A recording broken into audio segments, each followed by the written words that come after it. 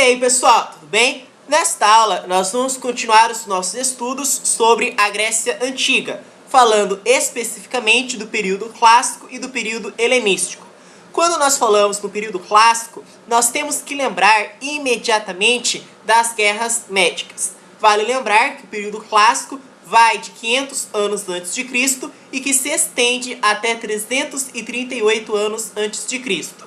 Tá, e o que foram então estas tais de guerras médicas? Bom, primeiro, por que tem esse nome, né? Guerras médicas. Médicas porque vem de Medos. E quem eram os Medos? Medos eram os povos persas.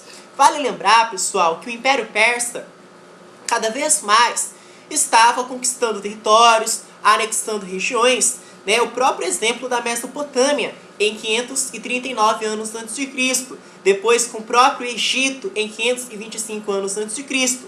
Então a tendência era que o Império Persa pudesse, né, cada vez mais anexar territórios. E claro que iria chegar um momento que os persas iriam se defrontar com os gregos. E é exatamente isso que vai acontecer. Gregos e persas vão se enfrentar.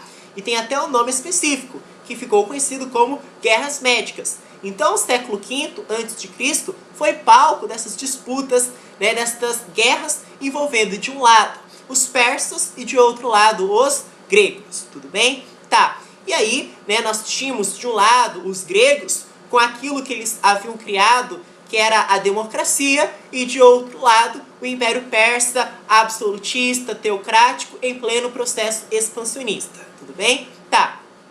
Vamos falar então sobre a Primeira Guerra Médica, que começa em 490 anos antes de Cristo. Essa Primeira Guerra Médica, tá? Na época, o rei da Pérsia era um cidadão chamado Dario I, que na aula sobre o Império Persa nós dissemos que foi com ele que o Império Persa alcançou, né, galgou o seu auge, o seu apogeu, tudo bem? E o que vai acontecer? Esse tal de Dario I, ele faz, né, com que os persas enviem emissários às cidades gregas pedindo que as mesmas se rendessem, né? Então, a mando do rei Dario I, os persas acabam enviando emissários às cidades gregas pedindo que as mesmas se rendessem. Acontece que duas cidades acabaram resistindo, no caso, Atenas e Esparta. E foi na Primeira Guerra Médica, tá, que Dario I envia a cerca de 600 navios e mais ou menos aproximadamente 50 mil soldados. Tá? O que vai acontecer? Os persas vão desembarcar na planície de Maratona e serão contidos pelos atenienses. Ou seja, os atenienses saem vitoriosos e com isso um cidadão ateniense, né, acaba levando a notícia até Atenas, só que quando chega lá, anuncia a vitória sobre os persas e acaba morrendo.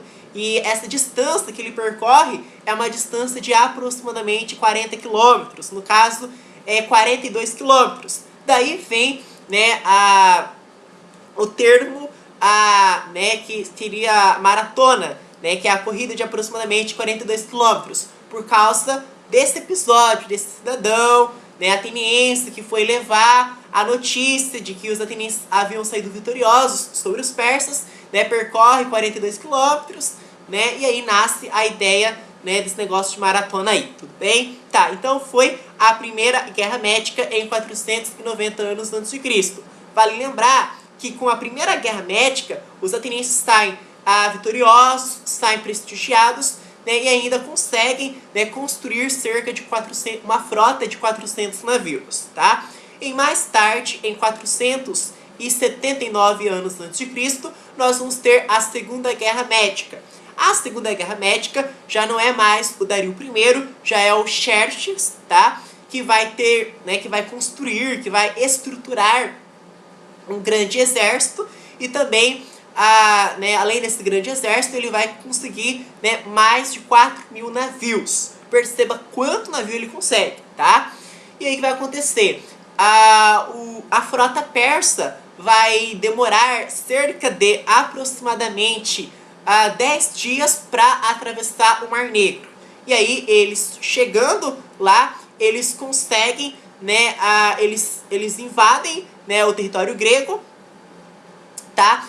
No famoso desfiladeiro de Termópilas, só que aí, né, eles invadem lá o desfiladeiro de Termópilas, Atenas é incendiada, só que aí os gregos acabam revertendo a situação, porque eles pensam o seguinte: bom, se nós enfrentarmos os persas em mar aberto, a derrota é certa, mas se nós os atrairmos para o estreito de Salamina, é bem provável que nós tenhamos uma vitória expressiva. E é exatamente isso que vai acontecer, né? Os gregos vão atrair os persas para o estreito de Salamina e conseguem uma vitória expressiva e inequívoca sobre os persas. E aí a vitória persa, aliás, a vitória grega, né, torna-se completa quando os espartanos vencem os persas na famosa Batalha de Plateia, tá? E aí termina a Segunda Guerra Médica e começa a Terceira Guerra Médica, que começa em 448 anos antes de Cristo,